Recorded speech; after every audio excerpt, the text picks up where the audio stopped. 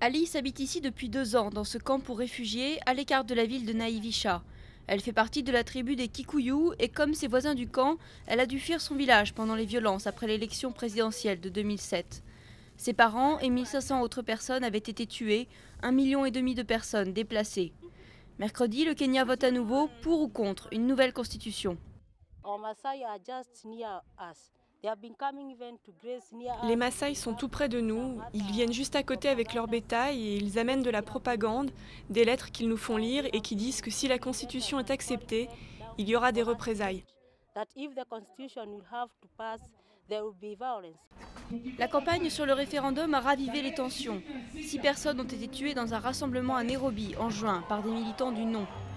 Tous les partis sont d'accord sur le principe d'une nouvelle version de la Constitution qui date de l'indépendance du Kenya en 1963. Mais les partisans du non, essentiellement menés par l'Église et un député controversé, William Ruto, désapprouvent les nouvelles dispositions sur le partage des terres. Ils s'opposent aussi au maintien des cadis, les tribunaux islamiques qui règlent les litiges familiaux des musulmans, et à la loi existante sur l'avortement, autorisée en cas de danger mortel pour la mère. Nos collègues du Oui sont d'accord avec nous sur le fait que ces problèmes existent et qu'ils sont réels. Ils voudraient passer la Constitution et l'amender plus tard. Nous pensons au contraire que nous ne pouvons pas soumettre aux citoyens une version hypothétique. Il faut résoudre les problèmes maintenant et passer la version définitive quand nous sommes tous d'accord.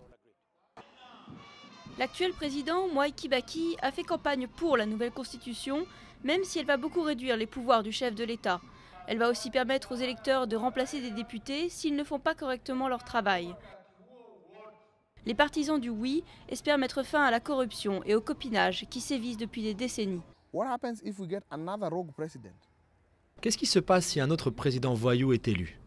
Il utilisera la même constitution pour s'asseoir sur nos droits. Je pense que les Kenyans en ont assez. Nous ne voulons plus que quelqu'un ait autant de pouvoir sans avoir de compte à rendre. Si le oui l'emporte, la nouvelle constitution autorisera la double nationalité et instaurera un nouveau Sénat. Les sondages les plus récents donnent l'avantage au oui, mais quel que soit le résultat, chacun espère avant tout que les réactions seront pacifiques.